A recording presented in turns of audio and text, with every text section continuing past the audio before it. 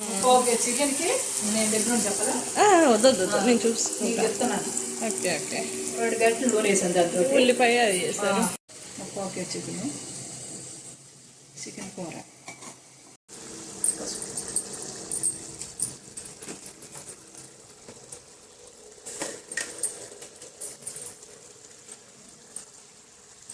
కావాలంటే వేసుకోవచ్చు. చిన్నన్నర ఉప్పు వేస్తాను. ఎక్కువ అయిపోతుంది ఎవరమ్మా మనం 5:30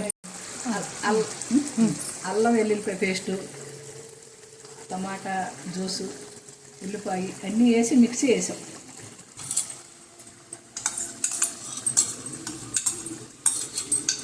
చికెన్ కూరకి 2 స్పూన్లు కారం.